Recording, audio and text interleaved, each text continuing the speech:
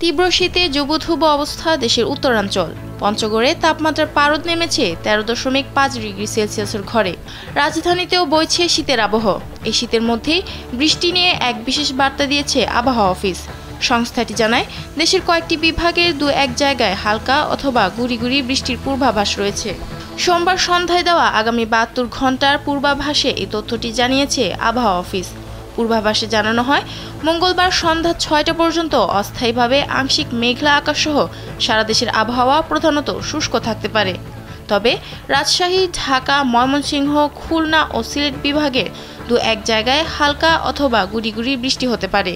পরের দিন বুধবার সন্ধ্যা 6টা পর্যন্ত অস্থায়ীভাবে আংশিক মেঘলা আকাশসহ সারা দেশের আবহাওয়া প্রধানত শুষ্ক থাকতে পারে। ইডেন বে কক্সবাজার সমুদ্র সৈকতের উপর নিজেদের একটি ঠিকানা। মাত্র 5 লাখ টাকায় আপনিও হয়ে যেতে পারেন এই হোটেলের মালিক।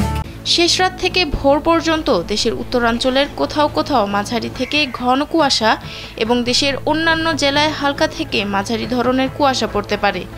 সারা দেশে রাতে তাপমাত্রা 1 থেকে 2 ডিগ্রি সেলসিয়াস পর্যন্ত কমতে পারে।